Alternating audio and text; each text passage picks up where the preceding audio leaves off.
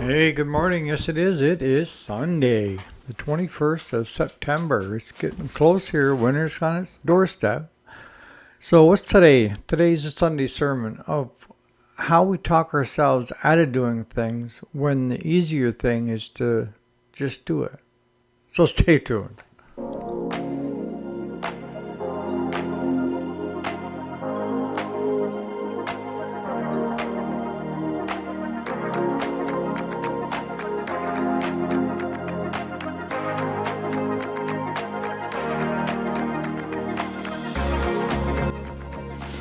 Alrighty, welcome back to the channel. My name is Eric, if you didn't already know it. And yes, this is the weekend. This is where I go off the rails and I do as I damn well please. So today is Sunday, and I thought the discussion would be about how we talk ourselves out of things and become procrastinators.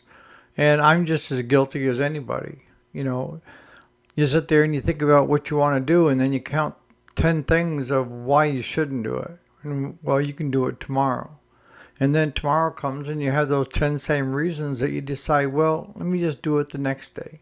And next thing you know, you're 62 years old, and where the hell did life go? That's what I'm talking about.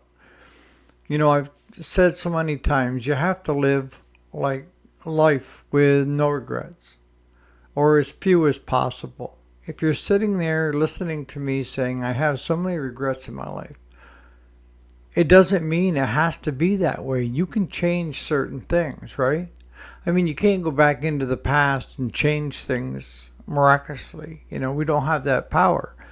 But we do have the power of starting today and deciding what's really important to us and then going after it. And it doesn't matter whether you're 20, 30, 60, 70, or 80. It's all your mindset. Yes, some of us have limitations when it comes to our body. We're getting older. The body doesn't work as good as it did back when we were in our 20s, right? But we don't have the crazy thoughts we had when we were in our 20s either. Thank goodness for that. You can either come up with 10 reasons of why not to do it, or come up with 2 or 3 reasons why it would be a good idea. See, we talk about that like 5 or 6 second thing goes on in our heads. We come up with a really good idea, but within 5-6 seconds, your mind is taking over because it's in survivor protector mode of trying to talk you out of doing anything that's outside your comfort zone. And actually, if you spent just half the time thinking about why it's a good idea, you would have less energy expelled. And case in point, I've got firewood that we cut for the shop, right? And every day when it comes time to deciding to do that firewood, somehow my brain says, let's put it off for another day. And now it's almost the end of September, and my furnace is on here at the house for the first time. We had a hard frost yesterday morning, and now it's a boot up my ass of you need to get firewood cut for the shop or we're not going to have any. But you had all summer long to do it. Well, not really, because I was in the midst of haying, and I've been sick now for almost 3 weeks. Didn't help. But that's what I'm talking about. This morning, I got the trailer hooked up to the truck, the dump trailer. I'm going to pull it down in the field. I'm going to start dropping trees into the meadow, blocking them up, and splitting them and getting them into that trailer and down to the shop where I can dump them, push it in with a skid steer, and get it piled. Every trailer load I can get there is one less that I have to worry about.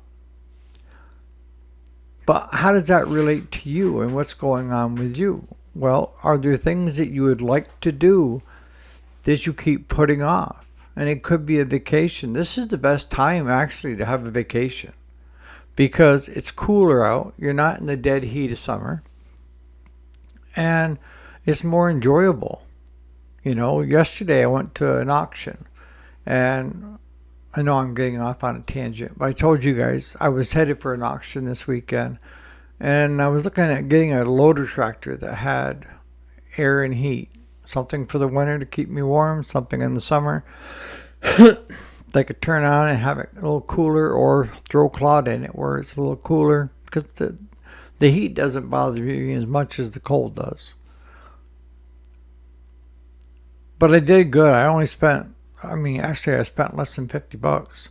And I was thirsty, so I said, well, shoot, I'm going to grab something to drink. I went up and I asked them, what do you have to drink? So they give me a list of the things. So I said, well, give me a Mountain Dew. It was $2 for a can of Mountain Dew. For $2, I'm sorry, it should have been a can of beer.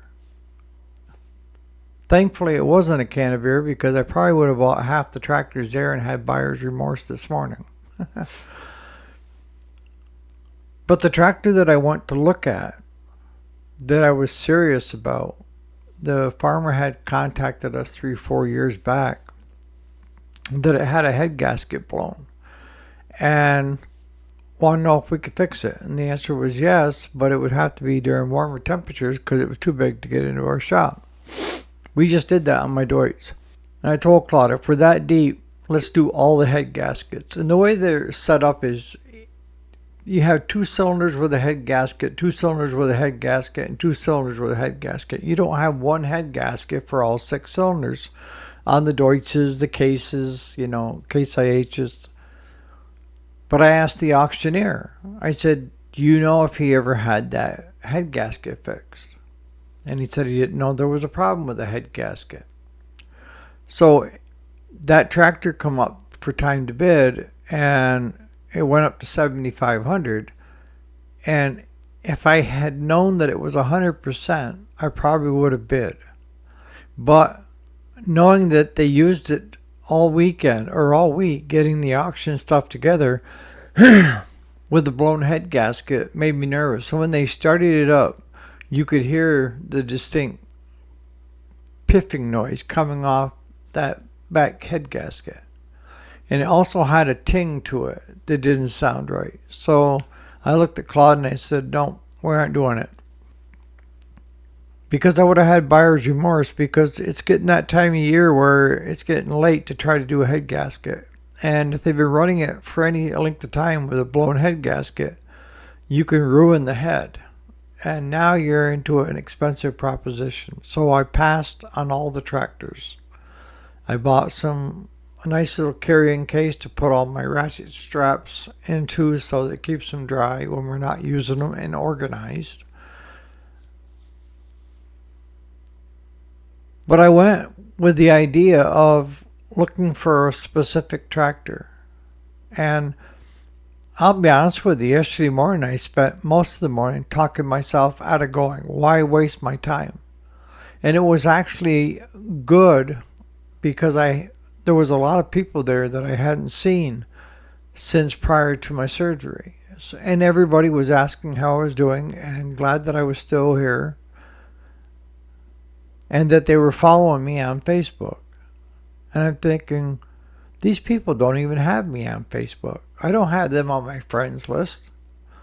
But I told Claude, I said, instead of being famous, now I'm infamous. Must be somebody that is on my Facebook is sharing my posts with their friends and their friends. And it's been a whole community of support versus just my smaller group of Facebook and YouTube friends. So it was kind of nice, kind of awkward at first, because I'm like, well, how did they know? But in the same token, it was out of care and love that they come over and expressed, want to know exactly how I was doing. I showed a few of them my scar. They call it the zipper club, when they open you up and you got a scar all the way down your whole chest. And then some people have 2 holes for their lungs for drainage. Mine was so bad they put 4 of them in. But no, it was great that seeing these people at the auction. So, even if I hadn't bought anything, it would have been worthwhile going, because I got to catch up with a lot of people I hadn't seen in quite some time. And that's what happens at auctions. You have a lot of people just out there just to visit with other people that they haven't seen for a while. And there's a number of them that I'm going to see next week at that auction that's just up the road from me. There is a particular tractor I want there, and that's a Ford New Holland with a full cab, air and heat, has a set of forks with it, bale spear and bucket. Just what I want. But what I do, what helps me out the most is I start writing down a list of the things that I would like to get done. And while I'm going through that list, I start checking it off. And if you start in the morning with that list and stick with it, you'll be surprised at how much you actually get done versus spending all that time talking yourself out of doing any of it. And you'll feel like you've accomplished something. That's the biggest thing, is at the end of the day, when you sit down, did you accomplish anything that was on your list? And today, my list is I got to get round bales up from the back meadow and get them stored. I need to cover the round bale pack that I have that's 6-tier high to get the tarp over it before the snow starts flying. I need to get the second cut done, which is mowing all the meadows. I've got one of the biggest meadows already mowed and baled, and I got to get firewood done. Those are my top things before snow flies. So I've got everything all ready to roll this morning when it comes to firewood. Claude's got his 3 saws all tuned right up. And I've got 7 saws. So I've got new chains for many of them. I got the bar oil. I got the mix all set up, ready to roll. It's all in the back of my truck. So that's what I'm doing this morning. And I'm going to pace myself. See, that's the other thing, that there's no sense in going out there and killing yourself and making it a undesirable event. Take your time, pace yourself, take yourself a thermos of coffee, stop in between, have a cup of coffee, just enjoy the nature, and next thing you know, you're going to have a load to go dump, and then you'll have another load to go dump, and that's the way to do it. I still have to get the splitter down there, and I have a log winch that I mount on the back of my tractor that you can take the cable up into the woods, hook onto the base of the tree, and then hit the lever on the winch, and it will drag it right out to where you're at, and you can skid it right out into the field if it falls the other way. My son, he was going to do it last week, but he didn't feel good, and he wasn't having a good day. Guess he had a couple pieces of barbed wire that was in the tree and some staples or what have you. All it takes is effort on your part. And what I have found over the years, that actually doing it is less effort than what your body goes through by trying to avoid it. And you will have that sense of accomplishment when you get done, that it's a job well done. You don't need to do it like you were a 20-year-old, because you're going to be sore and regret it. But you can pace yourself and take your time. And hopefully I've got help. I kind of put it out there that I'm going to be doing firewood this morning, but we'll see who has time off to come help and who doesn't. So on that note, you guys that are listening this morning, do you tend to procrastinate on things? Does your mind try to talk you out of good ideas of things that you would like to get done or do? Because if you do, then it's no different than me. And I know that you can break that cycle with less effort than what you're putting into talking yourself out of it. So on that note, you guys have a great Sunday. We'll catch you here bright and early tomorrow morning for the first day of the weekday. Enjoy your Sunday.